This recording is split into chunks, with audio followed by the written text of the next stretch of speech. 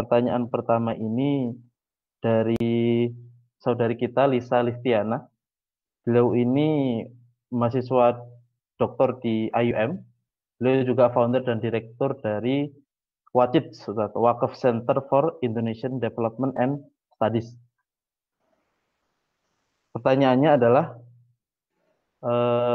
begini Ustaz, wakaf adalah salah satu bentuk amalan atau ibadah. Oleh karenanya, sebagaimana ibadah-ibadah lain, hal yang paling mendasar adalah lurusnya niat dan tujuan semata-mata mengharap ridha Allah. Namun saat ini, sebagai bagian dari syiar, wakaf dikampanyekan dengan bermacam inovasi seperti satu, wakaf institusional, misal dengan adanya wakif lembaga. Jadi lembaga sebagai pelaku wakaf. Kemudian yang kedua ada narasi semacam ini dalam hal wakaf. Zaman now kalau nggak berwakaf nggak keren. Gitu. Nah, narasi ini seolah mengejar faktor kerennya yang disesuaikan dengan zaman dan cenderung terlihat tidak mengejar faktor akhirat atau kelurusan niat. Nah, bagaimana perspektif worldview Islam melihat dua hal inovasi di atas? Kemudian saat pendekatan atau edukasi seperti apa yang perlu dilakukan untuk mengkampanyekan wakaf agar tidak menimbulkan salah paham? Jazakallah khairan Ustaz Hanif Hamid Dargasi. Yang terakhir apa? Dari kita Lisa. Pendekatan atau edukasi seperti apa yang perlu dilakukan untuk mengkampanyekan wakaf agar tidak menimbulkan salah paham? Baik. Itu pertanyaan pertama.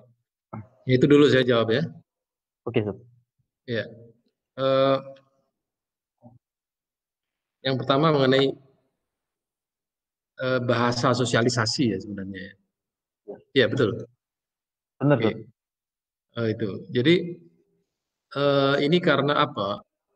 Karena pemahaman orang mengenai wakaf khususnya di Indonesia ini adalah pemahaman yang sempit. Jadi bahkan di kalangan para ulama itu ada yang melarang orang berwakaf dengan harta, dengan uang. Sehingga orang menjadi salah-salah di sini. Bentuk-bentuk wakaf itu tidak dikenal oleh banyak orang, sehingga muncullah istilah ini. Jadi keren dalam pengertian ini kan bisa juga keren di hari akhir kan juga bisa. Lakukanlah ibadah yang strategis sebenarnya kan begitu. Istilahnya ini istilah gaul aja. Cuma ini problemnya adalah problem sosialisasi terhadap masyarakat yang selama ini tidak memahami makna wakaf dan tidak kadang-kadang tidak tahu dia memberikan sesuatu, dia hibah begitu saja dan tidak tahu niatnya apa. Ini yang masalah. Padahal sebenarnya dia bisa melakukan itu dalam strategi yang baik, bahwa harta yang dia miliki itu dia wakafkan dengan syarat-syarat, misalnya mauquf alaihinya seperti apa, misalnya pendidikan ataupun bisnis atau apa. Orang tidak mengerti itu. Ini perlu sosialisasi sehingga bisa saja orang wakaf ilmunya gitu ya, ilmu perusahaan apa dia wakafkan, dia suruh orang lain menjalankan tapi untuk kepentingan umat. Kesadaran ini yang tidak ada. Nah, edukasi seperti apa yang strategis supaya tidak menjadikan fitnah atau kesalahpahaman? Strateginya adalah pahamkan seluruh aspek fikih di dalam wakaf itu pertama. Tapi fikih saja tidak cukup. Fikih itu kan syariah. Nah, di dalam Islam itu syariah tidak cukup kalau tidak disertai dengan akidah. Bersyariah atau berislam dengan syariah itu tidak cukup jika kita tidak melengkapinya dengan akidah atau dengan keimanan.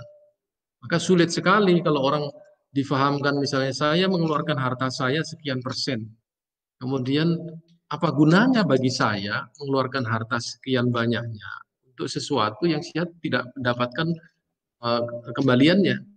Ini orang yang tidak mengerti makna barokah, tidak mengerti makna tasfiyatul nafs, tasfiyatul mad dan sebagainya. Nah, ini worldview tadi saya maksudkan di situ. Bagian daripada keimanan itu adalah mengeluarkan harta. Saya pernah ditanya orang, Ustaz, saya menyimpan emas sekian banyak, tapi setiap tahun saya harus mengeluarkan zakatnya. Untuk apa saya menyimpan kalau setiap tahun harus dikurangi? Nah, di sini pertanyaannya adalah ketidakpahaman dia terhadap makna harta. Dia menyimpan emas sekian banyak, untuk apa dia menyimpan? Mestinya kan yang benar di dalam Islam itu adalah harta itu diputar. Hingga perputaran itu akan memberikan barokah dan manfaat untuk orang lain. Di sini wakaf itu juga seharusnya begitu. Dia harta yang tidak boleh berhenti, dia harus terus berputar. Dan inilah yang akan menjadikan ekonomi umat itu berkembang dengan pesat. Cukup ya? Ada pertanyaan tadi yang terkait dengan wakaf institusi. Oh, institusi. Ya tidak ada masalah orang membuat sekolah, ya, kemudian sekolah itu diwakafkan. Artinya itu tidak lagi milik pribadi tapi milik umat. Ini persis seperti di Gontor. Jadi apa boleh mewakafkan institusi? Boleh, kenapa tidak? Wakaf perusahaan aja boleh. Nah, kemudian bagaimana mengatur institusi itu? Ya dia menjadi institusi yang milik publik. Sebab selama ini lembaga-lembaga pendidikan di dalam masyarakat Islam itu adalah lembaga pendidikan milik pribadi. Nah, pribadi-pribadi yang memiliki itu umurnya terbatas, kemampuannya juga terbatas. Ketika dia gagal, ya gagal, habislah usahanya itu. Tapi kalau dia harta wakaf, dia bisa dibicarakan oleh sekian banyak orang dan bisa dimanfaatkan oleh orang yang lebih banyak lagi. Itu bedanya.